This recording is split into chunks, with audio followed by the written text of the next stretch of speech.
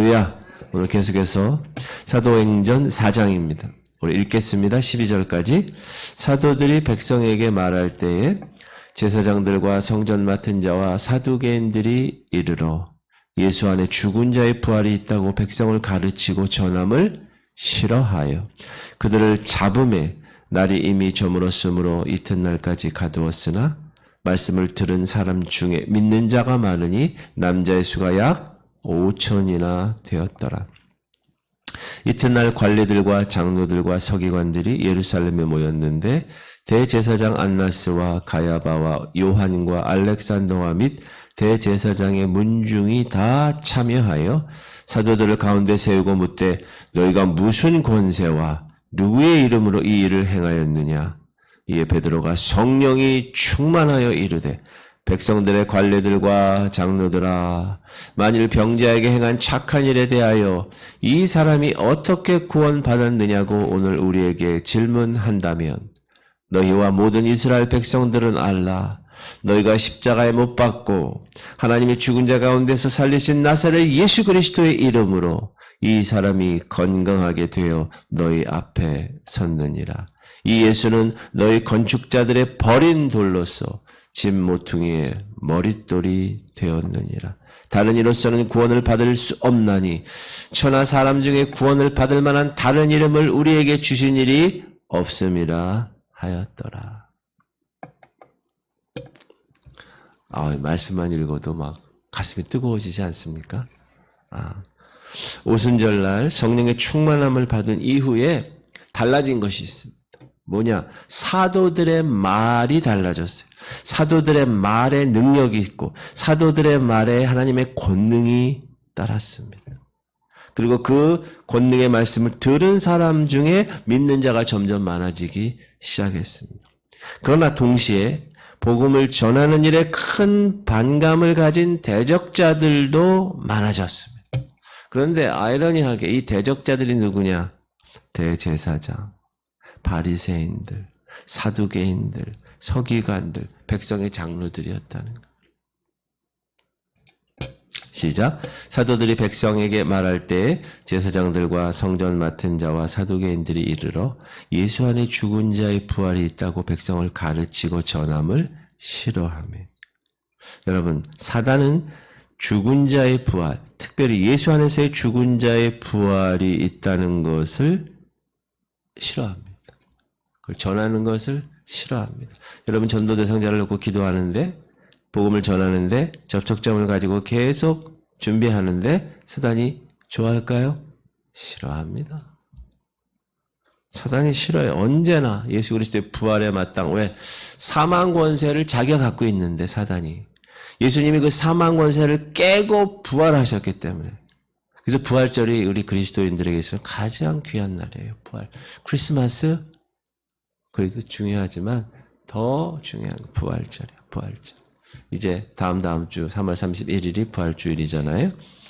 사도들이 그리스도의 부활을 통해서 그 사실을 증거하기 때문에 사단은 대적자들을 통해서 그 복음을, 그 부활의 메시지를 막으려고 지금 시도하고 있는 것입니다. 그래서 이 대적자들이 사도들을 잡아 가두지요. 그런데 아까도 얘기했지만 사도들의 입에서 변한 게 말에 권능이 있다고 말씀드렸잖아요. 그래서 부활의 이 도리를 따르는 무리들이 점점 많아지는 거예요. 그래서 남자만 5,000명. 시작. 말씀을 들은 사람 중에 믿는 자가 많으니 남자의 수가 약 5천이 되었더라. 당국자들이 이처럼 그리스도의 부활을 전하지 못하도록 사도들을 핍박하고 복음을 막아도 부활의 진리는 그 어떤 방법으로도 막을 도리가 없는 것. 사도들이 백성들에게 말씀을 전할 때 제사장들과 성전 맡은 자와 사두개인들이 이르러서 베드로와 요한을 잡았다고. 자, 말씀을 전할 때 잡았다고 하는 거예요. 여러분, 복음을 전할 때 반드시 대적자들의 방해가 있습니다. 그걸 두려워하면 그걸 당연하게 여겨야 돼. 아, 목사님 제가 복음 전하는데 왜 이렇게 힘들고 왜 이렇게 당연한 거예요, 그게. 왜? 사단이 일단 먼저 잡고 있거든요. 선점하고 있거든요. 태어나자마자 다 잡고 있는 거예요, 사단이. 근데 그것을 다시 원래 창조했던 아담의 모습으로 하나님의 형상을 회복하는 일을 우리가 하는 건데 그게 쉽겠어요? 어렵지. 사도들이 백성에게 말할 때 제사장들과 성전 맡은 자와 사두개인들 이르러 예수 안에 죽은 자의 부활이 있다고 백성을 가르치는 전함을 싫어하여 그들을 잡음에 날이 이미 저물었으므로 이튿날까지 가두었으나 그들이 사도들을 싫어하는 이유는 왜 그렇죠? 사도들이 백성들을 가르쳤기 때문에 그렇습니다.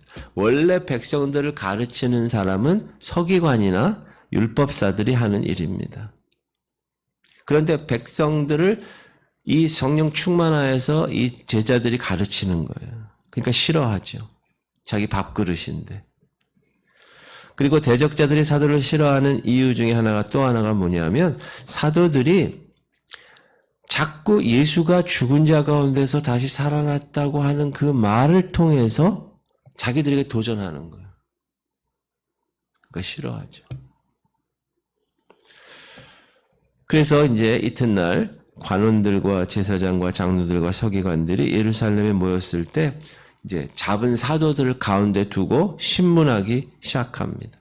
당시 대제사장은 가야바인데 안나스의 사위였는데 두 가지 질문을 함으로 재판을 시작합니다. 첫 번째 질문은 너희가 무슨 권세로 이 일을 하느냐. 시작. 사도들을 가운데 세우고 묻되 너희가 무슨 권세와 누구의 이름으로 이 일을 행하느냐. 그들이 질문하는 것의 핵심은 이거예요. 야, 나면서부터 안진뱅이 된 사람을 일으킨 사건, 너희들이 무슨 권세로 이런 일을 했어? 그들이 부인할 수 없었어요. 왜? 안진뱅이였다가 베드로와 요한이 일으켰을 때 일어난 그 주인공이 바로 거기 있어요. 같이. 그러니까 유대인들, 그 대적자들도 부인을 할 수가 없는 거예요. 사도들이 행한 이 기적을. 그래서 무슨 권세로 나온 거야? 하고 따진 것입니다. 아마 이들은 사도들이 사단의 권세와 연결시켜서 매도해서 이들을 신문한 것으로 그렇게 한 거죠. 두 번째 질문은 뭐냐? 야, 이런 일을 누구의 이름으로 했어? 한 번 더 읽을게요. 시작. 사도들을 가운데 세우고 묻되 너희가 무슨 권세와 누구의 이름으로 이 일을 행하였느냐? 그들은 사도들의 입에서 이런 일이 예수의 이름으로 행했다는 사실을 자백받기 위해서 질문을 한 겁니다. 예수님은 이미 정죄받았고 십자가에서 못 박아 죽었는데 그 사람의 이름으로 이적을 행하는 건 잘못된 거야 라는 사실을 밝히려고 그 잘못된 사람의 가르침, 잘못된 사람의 교훈을 민심을 소동케 하는 거야. 법적으로 처벌시키려고 그런 음모를 가지고 있었던 것입니다. 이때 베드로 목사님이 베드로 사도가 성령이 충만히 임해서 이야기하죠. 시작. 이에 베드로가 성령이 충만하여 이르되 백성들의 관리들과 장로들아 이제 얘기하는 거 이제 기회가 변론을 하는 거죠. 베드로는 그들의 신문 내용을 받아서 되풀이해서 이야기하죠. 군중들에게 이야기하는 방법으로 자신들이 한 일은 하나님의 뜻에 합당한 일이야. 이렇게 얘기합니다. 만일 병자에게 행한 착한 일에 대하여 이 사람이 어떻게 구원받았느냐고 오늘 우리에게 질문한다면 내가 대답할게. 너희와 모든 이스라엘 백성들은 알라. 너희가 십자가에 못 박고 하나님이 죽은 자 가운데서 살리신 나사렛 예수 그리스도의 이름으로 이 사람이 건강하게 되어 지금 너희 앞에 섰느니라. 베드로는 이 안진뱅이가 구원을 얻은 일은 바로 나사렛 예수의 이름으로 건강하게 되었고 지금 너희들 앞에 서 있는 거야 라고 말합니다. 베드로의 답변은 쭈붓쭈붓한 게 아니야. 담대하게 선포했습니다. 이 안진뱅이를 구원한 나사렛 예수는 바로 너희들의 십자가에 죽인 바로 그 예수야.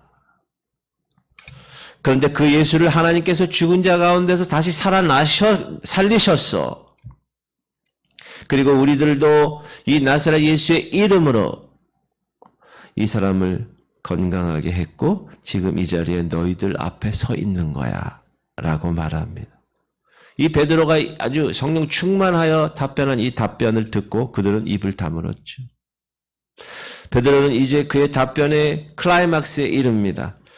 그들이 잘 아는, 유대인들이 잘 아는 시편 말씀을 통해서 예수 그리스도 그분이 메시아인 것을 증거하는 거예요. 이 예수는 너희 건축자들의 버린 돌로서 집 모퉁이의 머릿돌이 되었느니라. 하나님은 이 땅에 하나님의 나라를 세우길 원하셨어요. 그래서 택하신 민족이 있어요. 만약에 그때 하나님이 우리 대한민국을 택했으면 달라졌겠죠. 그러나 하나님은 이스라엘을 택하셨어요. 수많은 민족 중에서 이스라엘을 선택하셨어요. 왜 이스라엘 선택하셨을까요? 그건 하나님 마음이에요. 하나님 주권이라고요. 왜 여러분을 선택하셔서 구원받게 하셨나요? 하나님 주권이에요, 그거는. 그리고 이스라엘을 선택하시고 그 이스라엘의 자손 중에 다윗이라는 자손 중에서 머릿돌을 예비하신 것입니다. 그런데 이스라엘은 그들이 건축할 메시아 왕국의 머릿돌 되신 예수를 쓸모없는 것으로 여기고 버린 겁니다. 십자가에 죽인 겁니다. 그러나 하나님께서 그들이 버린 그 예수를 다시 살리심으로 집 모퉁이에 머릿돌이 되게 하신 것입니다. 여기서 집이란 하나님의 나라인 교회를 이야기해요. 그래서 우리가 교회 머리 대신 예수님 이렇게 얘기하는 거죠. 이제 예수님은 교회 머릿돌이 되신 거예요. 여러분, 머릿돌이 뭔지 아세요? 우리가 가장 단단한 구조물 중에 하나가 아치형이 아치형. 아치문을 보시면 여러분 우리나라는 아치형이 없는데 저 유럽에 가면 옛날부터 아치형 지금까지도 굳건하게 서 있는 게 아치형이에요. 돌을 여기 똑같이 쌓아요. 똑같이 대칭해서. 그리고 가운데 여기 하나 남아요. 그 가운데 하나 남는 거를 딱 꽂아요. 그러면 견고해집니다. 근데 그거 꽂기까지는 이게 무너지는 거예요. 거기가 머릿돌이에요, 머릿돌. 그 돌이 머릿돌이. 제가, 서대문 순복음교회 다닐 때, 순복음교회 그 빨간 벽돌로 만들어져 있는데, 그 빨간 벽돌 왼쪽 구퉁이에 머릿돌 이렇게 써 있어요. 이건 아닌데, 저렇게 비슷한 것이 써 있어요, 왼쪽에. 그리고 제가 아까 얘기했듯이, 모든 문에 보면, 오른쪽 그림 보면, 이렇게 화살표 해놓은 거 있죠. 짝짝짝 해가지고 가운데 딱 쐐기로 딱 박는 돌이 머릿돌이에요. 저 머릿돌. 저 머릿돌이 박히면 절대로 흔들리지 않아요. 지진에도. 이 아치구조 물은. 예수 그리스도께서 교회 머릿돌이 되셨다. 가장 밑에 있는 이 존재들이 목사들이에요. 목사. 전도사.